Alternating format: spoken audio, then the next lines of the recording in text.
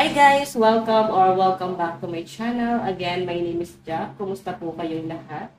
So, ayan guys, tignan natin kanino bang love reading yung masasagap natin ngayon, okay? So guys, ayan sa mga interesado pala sa ating private reading, nasa description box below. Yung link ng Facebook ko, i-message nyo na lang ako. Tignan natin guys. Kanino ba itong love reading?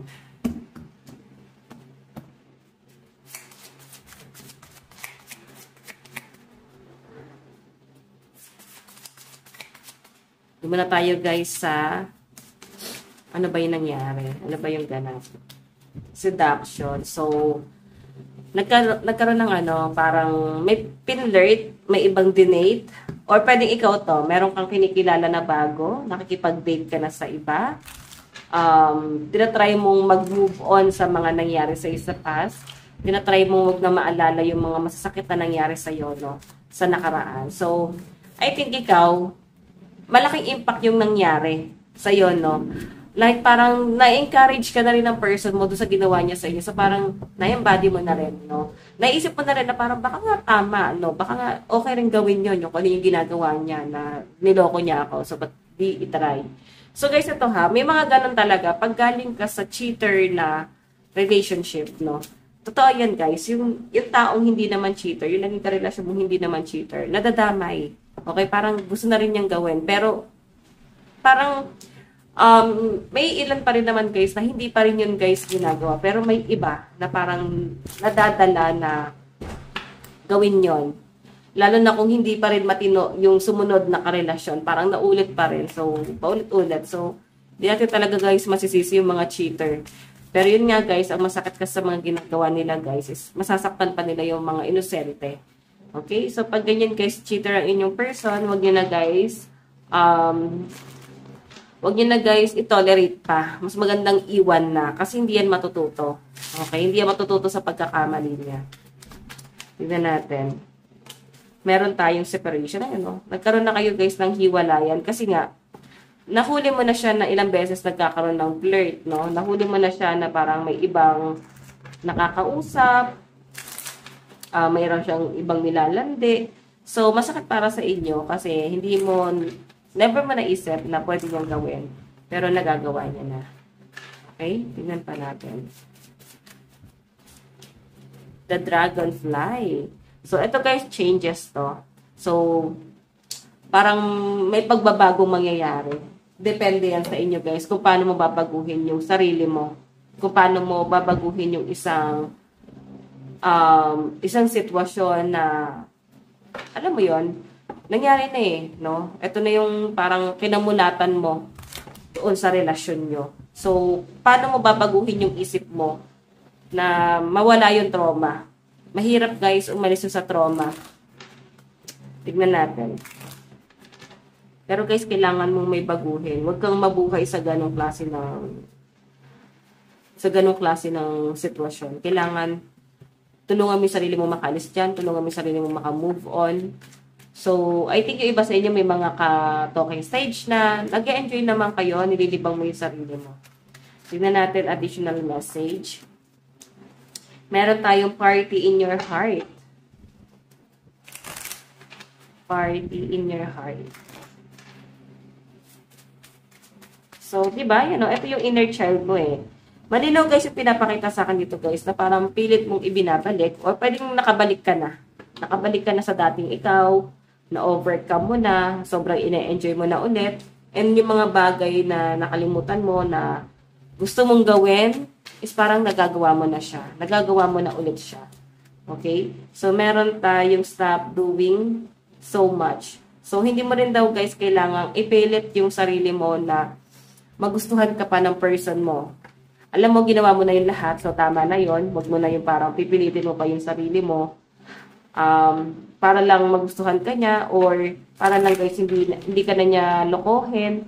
So guys, habang ginagawa mo yung mga bagay na gusto niya para sa sarili niya na parang ito yung gawin mo para hindi kita saktan, para kaiwan, kalokohin. Habang ginagawa mo yun, ikaw naman yung nasisira dito guys. Kasi parang namamanipulate ka ng person mo. Okay? Ginagawa mo yung mga bagay na gusto niya. Hindi yung mga bagay na gusto mo. Okay lang naman maging masunurin sa relasyon, pero dapat patas kayo. Pero kung isa lang yung gumagawa ng paraan para lang mag-work to relationship na to, hindi na to guys worth it, no? Parang itigil mo na yan. Parang kabaliwan na yan, kahibangan na yan. Tignan pa natin. Meron tayong stop worrying. Ang dami mo kasing wino-worry eh. Natatakot ka siguro na parang, paano pag iniwan ko, baka may iba na siyang magustuhan, may iba na siyang, iba na yung mapuntahan niya. Mga ganong scenario yung nakikita ko dyan, guys. No? Na baka maging masaya na siya sa iba. So, nandun yung takot mo na baka mapunta siya sa iba. Okay? Natatakot kang bitawan tong taong to kasi takot kang makita siya sa iba.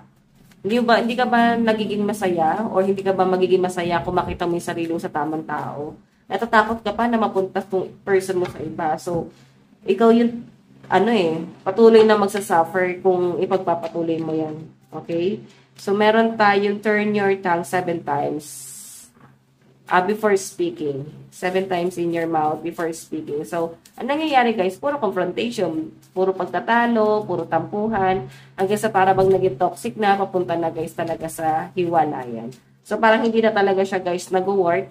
And, kagaya ng sabi ko guys, may mga bagay na kailangan yung mas pagtuunan ng pansin. Ano yung mga bagay na yun? Siyempre, palakasin mo yung sarili mo, i-improve mo yung sarili mo, and especially mag-focus ka sa mga mas magagandang paparating sa inyo. Like, opportunity sa career.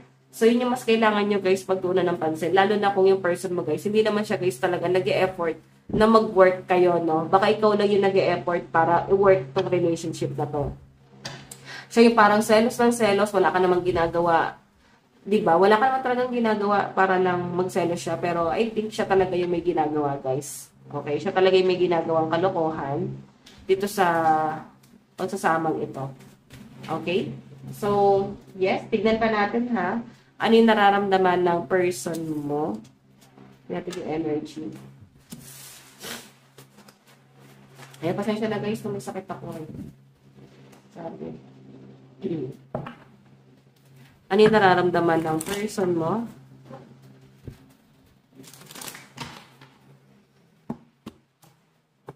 Nararamdaman ni person.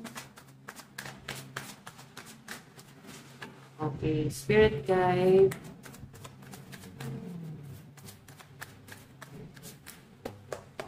Okay, nararamdaman ni person sa'yo. Meron tayong, ayan no, nilagay ka sa nag-cheat talaga si person, guys. And yung pinapakita sa akin dito, 3 kayo, no, na nasasaktan. Ngayon, yun nga lang, guys, mas selfish si person mo kasi 2 kayo nasasaktan.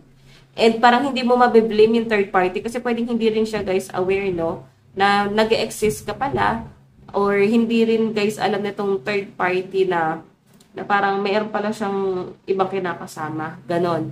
So, nasasaktan din siya guys sa nangyayari. Pero dahil nga mahal niya, itong person mo, is parang nilalaban niya. Mas pinipili niyang ilaban. Hindi niya guys kayang i-let go. Pero nasasaktan na siya. Nasasaktan kayo actually. So baka may magalit, baka nakampihan ko yung third party. Actually, parehas naman kayo nasasaktan dito. So yung dapat nyo guys, i-blame dito is yung person nyo. So kailangan nga nag-uusap kayo, nagtutulungan kayo ng person mo. Paano nyo guys, kung paano nyo mababagsakin. Kung paano kayo guys babawi sa ginawa sa inyo na itong taong to. Kasi hindi tama eh. Dapat nga may kaso na sa mga ganyan, no? Kahit walang kasal-kasal, dapat kayang ipakulong talaga yung mga cheater, no? Okay, so ano yung tingin sa'yo ng person mo? Tingin ni person sa'yo? Meron tayong Wheel of Fortune. So, moving forward, yung nakikita ko sa kanya, guys. Wheel of Fortune kasi, so nandun siya sa point na mas pinipili niya lumayo, mag-move on. Actually, niisip niya nga, baka nga nakaka-move on ka na ngayon. Baka okay ka na ngayon, okay? So, yes, iniisip ka pa rin niya until now, kahit na matagal na yung hiwalayan na nangyari. Okay? So, titignan natin, guys, ano naman yung plano ni person. Sa connection yung dalawa, plano ni person.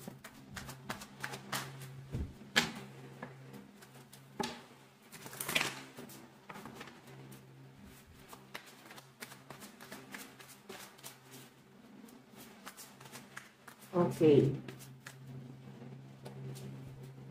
That ending and new beginning, guys, no? So, kung may natapos, may bagong simula. So, si person, guys, ang pinapakita sa akin dito, sobrang nagigilty sa mga pinagagawa niya sa inyo.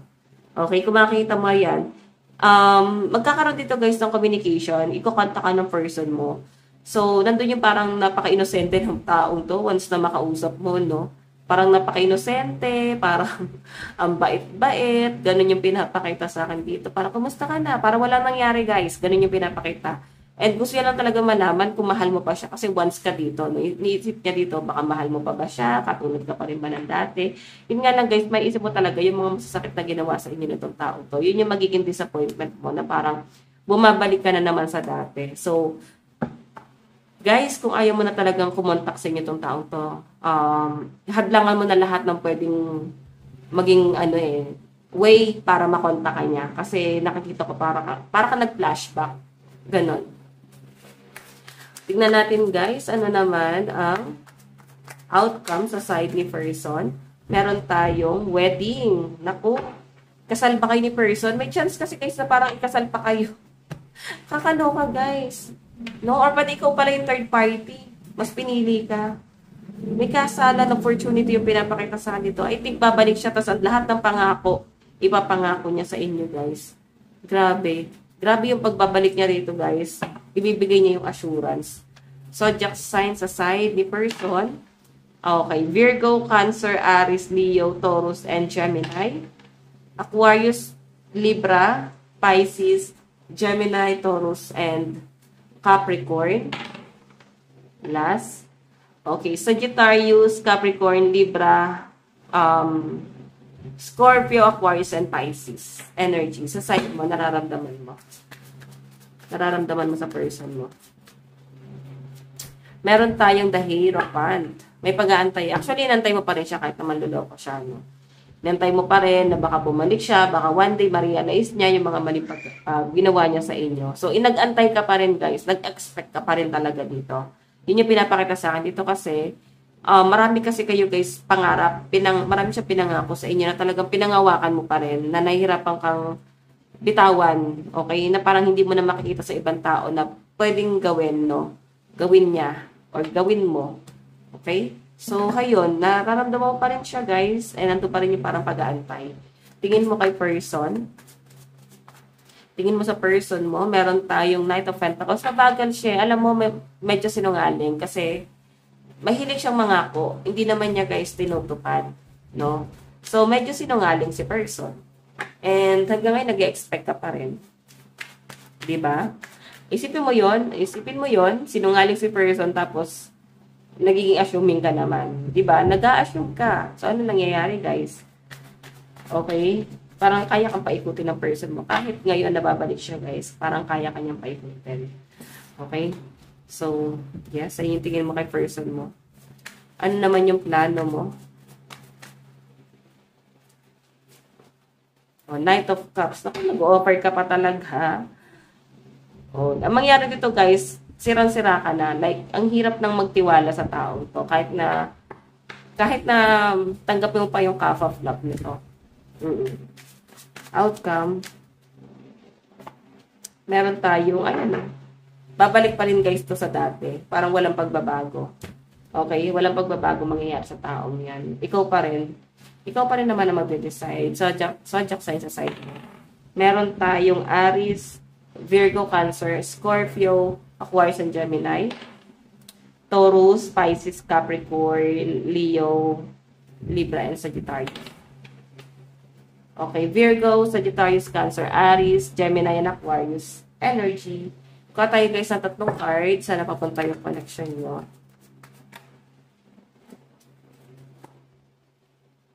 May pagtalikod ka na dito. New beginning yung inihingi niya, guys. Makulit yung taong yan, no? Hihingi siya ng new beginning. Hihingi siya ng second chance. Pero ikaw, may pagtalikod ka na dito. Okay, I think ayaw mo nang pagbigyan kasi sobrang sakit na ng pinagagawa sa inyo. Okay? Bigyan natin love advice. Heart-to-heart conversation. So, ayan na nga, guys. Meron kayong, grabe, madibdibang pag-uusap to, guys. So, pinapakita dyan. Tignan natin. Meron tayong you deserve love. Yun nga lang, guys. Mas pipiliin mo mag-self-love. Mas pipiliin mo na yung sarili mo. Okay? Kasi matagal mo siyang inantay eh. Yun nga lang guys, naubos ka habang inaantay mo siya, nakaka-move on ka. So, di mo na ito tatanggapin. Past life relationship. So, karmic mo rin pala itong si person, guys. Okay? Kaya ganun graming struggle na nangyari sa inyo. Karmic mo pala to. Love message si person sa'yo. Finding out the truth crushed me and I lost myself for a little while. What else? I hope that you can forgive me one day. Umaasa siya na mapapatawad mo siya pagdating ng panahon. Ayan. So, ayan guys. Ito lang po ang inyong daily love reading. Bukas po ulit. God bless and love you all. Bye-bye.